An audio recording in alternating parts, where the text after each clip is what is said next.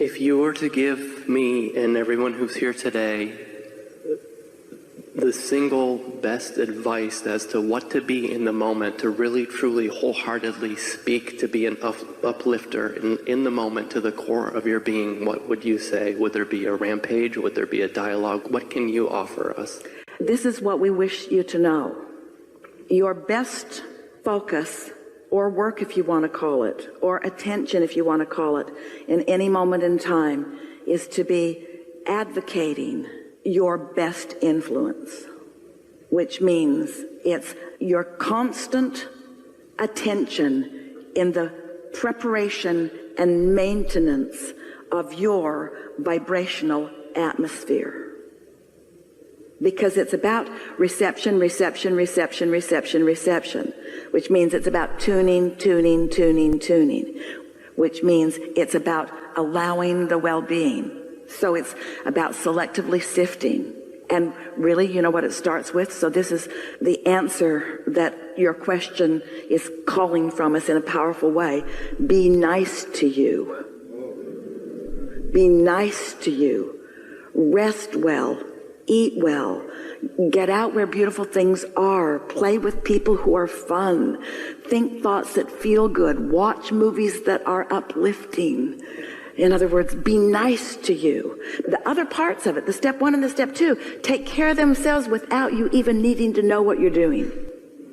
But step 3, that receptive mode, you got to tend to it, which means be nice to yourself and quiet your mind every now and again. But be nice to yourselves. Think nice things about yourself and think nice things about others. Netflix sent Esther an email. They know her personally. With a recommendation of something that she might want to see. She looked at it and she said, "Do you even know who I am?" It was such an odd recommendation.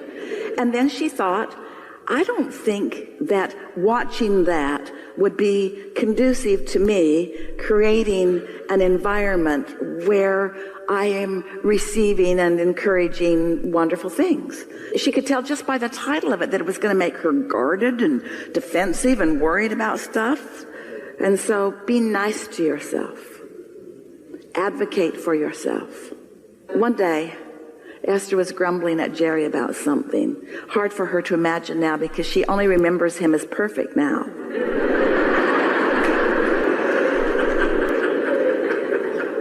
Change that past.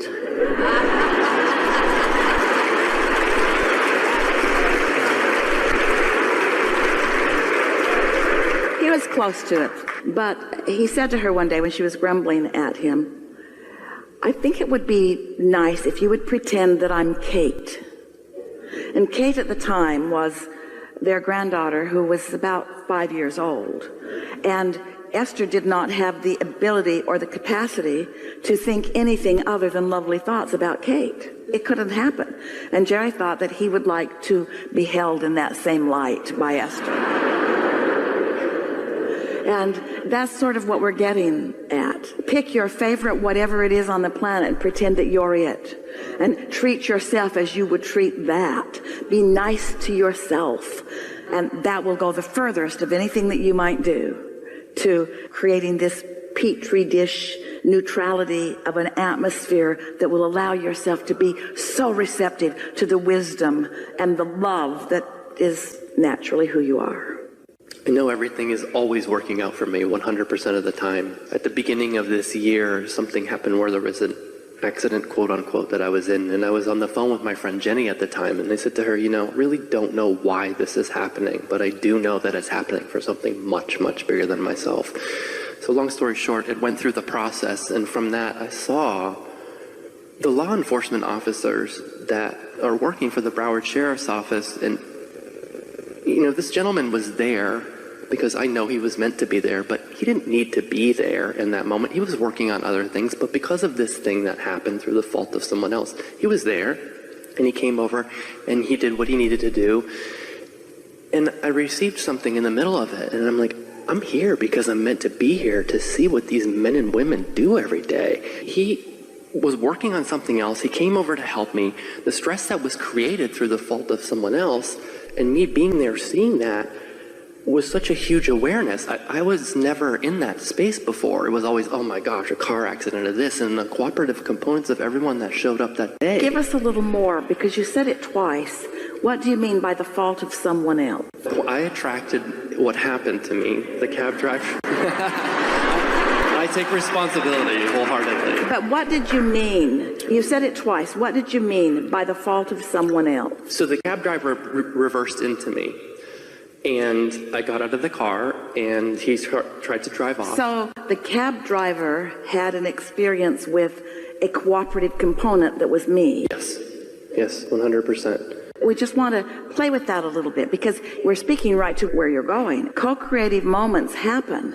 If we're going to take your premise, and we are, and we're going to agree with you, and we are, that things are always working out for you, and they are, then is there ever a moment in time when it's accurate to point at fault? Because doesn't fault indicate something asserting itself into my experience, and doesn't that defy the laws of the universe as you know it to be? I guess the words were playing on what was in a report from insurance and law enforcement. We understand that, but we want to go with the whole premise of this whole idea that you're unfolding here with us. We want to acknowledge that cooperative components all around, everyone a cooperative component, because the way you started this conversation and what you were laying out is that things always happen for a reason, and we want to stick in there. Things always happen for a good reason. There's always some value in something that is happening. And if you start with that premise, then doesn't that automatically take out of the equation for yourself that happened because of the fault of someone else? There can't be a rendezvous with someone unless there's more than one of you there. If that cab driver had, in his faulty nature, just been driving around backwards and there'd been no one for him to run into, then there wouldn't have been an accident. So aren't you equally responsible? Why in the world would you put yourself somewhere where somebody's going to back into you? If we're really going to start talking about that sort of stuff, and do you think that both of you created that so that the police officers would have a job? Because if none of you were doing any of that, then what would he be doing? Just wandering around on the freeways? He'd have no reason for living. We're just emphasizing that we're all in this together thing that we started with earlier. We are all in this together. My angel, the hotel manager, had video surveillance, and I was very much humbled through that experience and through everything, knowing that it was working out for the highest and best of everyone involved. I felt inspired through that to see what these men and women do, and I've now created a non-for-profit organization entitled We Love BSO Day to really create a magical day of appreciation and love for the Broward Sheriff's Office, and I realized that's why I was there that day.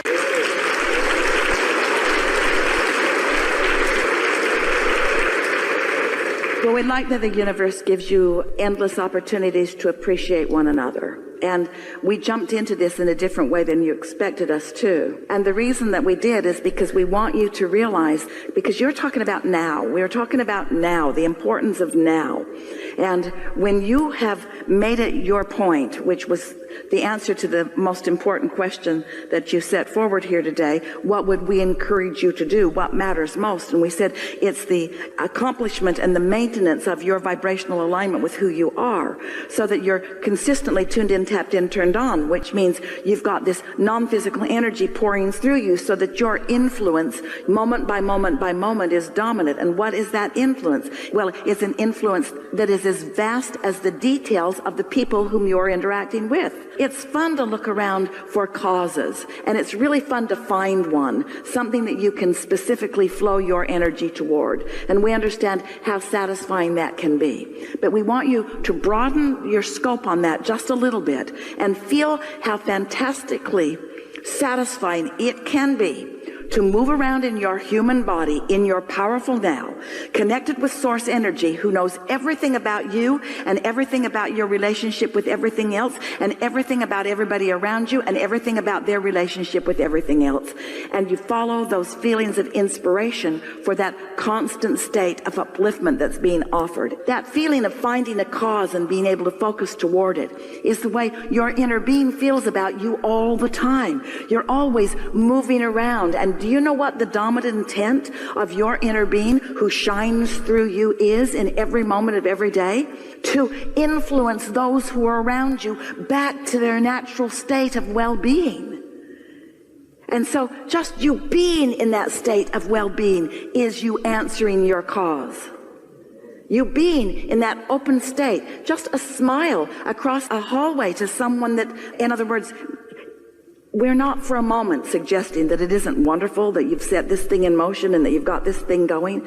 We just don't want you to underestimate the glances across the room or the comments just in the right place. When you've got source energy pouring through you, you are answering your call and promoting your cause every moment that you're moving through population of people. Every moment.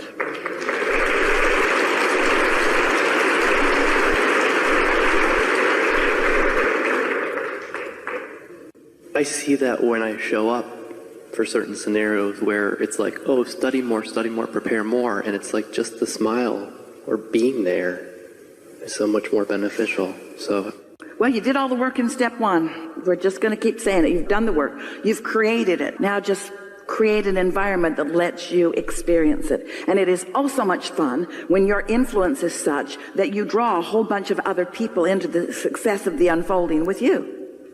It's so natural for you to feel good, and yet you're helping us to say something here that matters a lot. It's so natural to feel good, and yet it feels like you need a flag, and you need a cause, and you need a sign, and you need a day, and you need a monument. And we just want to say, we think it's a little wacky. That just natural well-being doesn't seem like it's enough. But it speaks to how people get away from that. Oh, I had this tuned-in moment and these wonderful things happened. It was the weirdest thing, you say. And what we want to hear you say is, yeah, everything is always working out for me, and lots of different things are happening, but it's always working out for me. And most of all, I'm having way fun. Way fun. Yeah. Enough?